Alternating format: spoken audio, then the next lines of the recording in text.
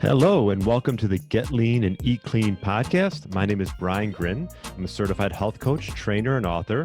And this podcast is for middle-aged men and women looking to optimize their health and get their bodies back to what it once was 10 to 15 years ago.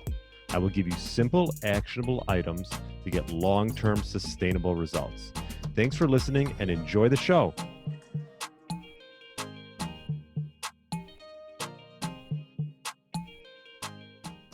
All right. Welcome to the Get Lean, Eat Clean podcast. My name is Brian Grin. Hope you had a great weekend and enjoying some nice weather. We are in Chicago getting some nice weather, if you believe it. So get out, get some sun, get your feet on the ground and enjoy this great weather. Hopefully you listened to my interview with Dr. Brett Schur. He's the low-carb cardiologist, the medical director of Diet Doctor. And yeah, we touched on a lot of great topics. Some of them included statins, LDL, lifestyle tips regarding like preventing heart disease, ways that you can reduce hunger, animal versus plant proteins, and much more. So definitely check out my interview with Dr. Schur. And, today's Tuesday, if you're listening to this on Tuesday, so happy Tuesday. My Instagram account got hacked over the weekend. Actually, it's probably been more than that, probably 4 or 5 days ago. And so I think I got that back up and running.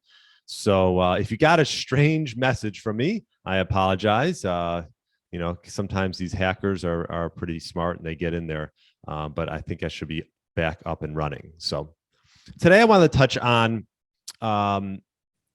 intermittent fasting. I want to get back to our roots. I've had a lot of great guests on here with a lot of great tips, and you could probably, hopefully you can take a few of them and apply them into your life.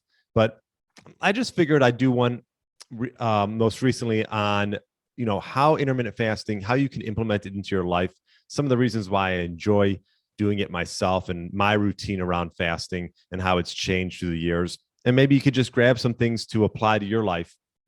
And if you have any questions with anything that I say, obviously you're more than welcome to shoot me an email, brian@briangrin.com, and I'll get back to you as soon as I can. What led me down this road of fasting was a client of mine. If you've listened to any of my interviews or time I've been on other podcasts, she was diabetic. She actually was a guest. Her name's Rita Spivak. She was a guest on my podcast. That's probably been like 6 months, but check out that interview if you want to hear her story, because she got into it on her own. She got some help from a naturopathic doctor and started to do some fasting, and then slowly got into extended fasts because she was pre-diabetic. And so that really opened my eyes. And this was, years ago. And then from there, I was like, I wanted another tool to not only help with my clients, but to also sort of help get myself back into better shape. I mean, I've always been in solid shape. I would say I would say for the most part, my adult life, I've been in pretty good shape compared to like the average. But, as you get older, it's more and more difficult to sort of stay that way. And, fasting has been such a great tool. After working and talking with Rita years ago, it just prompted me to, sort of dive headfirst into fasting and how it can be used as a tool for mostly 95% of the people out there.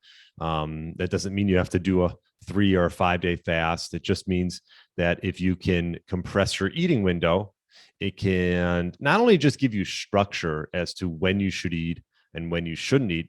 It's such a black and white, simplistic way of looking at, diet and lifestyle. And I think that's really key, because when something's simplistic and black and white, it's just so much easier to follow on a long-term basis. So just the simple rule of, okay, I'm going to stop eating at 7:00, which is pretty much my rule of thumb for myself. I would say 6:37, kitchen is closed. That one rule, or what do you want to call it, a rule or a tip or a guideline, can go such a long way into impacting so many other things that might be detrimental to your health. Obviously, late night eating is one of them, right? Snacking late is an issue with a decent amount of people. And a lot of times when you're snacking at night, you're not eating, ribeye and a salad, right? You're eating something that's highly palatable, that is processed, and that is just going to cause insulin spikes affect your sleep, and lead you into sort of having a poor another not only poor quality sleep, but you're pretty much going to be in a digestion mode all throughout the night.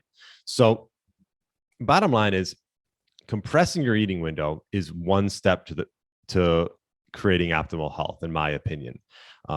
Eating all day from morning till night and snacking all day is not something that you is going to be a positive for your metabolic health. I'm not going to go into every single reason. I think it's sort of obvious. Having insulin spikes throughout the day, first of all, you'll probably get tired pretty quick.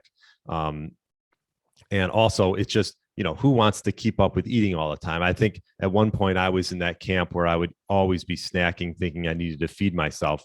But you have to adapt and get into this state of sort of embracing hunger a little bit and a little bit of discomfort. And that's what might happen if you first get into fasting. So a lot of times with clients, I like to recommend, before you even think about getting into fasting, if you've been eating the standard American diet and eating from, let's just say 8 a.m. until you get up, or 7 a.m. till you get up, until, you go to bed, or at least, for a majority of the day, first and foremost, let's eliminate snacking. And I think that's a good first step to start. If you're like, oh, I keep hearing about intermittent fasting, but, how am I going to get started? Well, let's just eliminate snacking first and foremost, and just say, let's eat 3 solid meals a day. Now, when I say solid meals, I mean like nutrient dense foods, not highly palatable. Let's just say, I'll give an example of a standard American diet. Let's just say you wake up and you have cereal and orange juice and toast, and you got some butter with some jam on there. Now, if you can pick the one thing on that item that is somewhat good for your health and actually is a beneficial thing, that would be the butter. Everything else, no, doesn't play a role. Orange juice, if you listen to my interview with Dr. Robert Lustig or Dr. Richard Johnson, you talk about uric acid, but you talk about fructose and how, you don't want to drink fructose. If you're going to have some fructose from time to time, which is majority that's in fruits, you want to have whole fruits and actually eat them. Oranges, apples, maybe the ones that are a little bit lower on the sugar spectrum. Not necessarily eating figs and bananas all day, or dates. You want those low sugar fruits, or those ones that don't raise insulin as quickly, or berries are good as well. Good place to start. But anyways, orange juice, rye toast, whatever kind of toast, and butter and cereal, standard American diet. Okay. So if that's your first meal, we got to sort of replace that and maybe have some eggs, maybe have avocado instead of orange juice. If you want to have a black coffee in the morning, that's nothing wrong with that. I wouldn't have it too early. Let your body naturally wake up. But if you want to have a little bit of coffee or tea or just water, that would be a great way to start. Then, you have some eggs, you have some avocado, you're going to be satiated. You're going to have a lot more satiation throughout the day. So the goal, again, first and foremost, is to eliminate the snacking. But if you clean up the eating, they go hand in hand.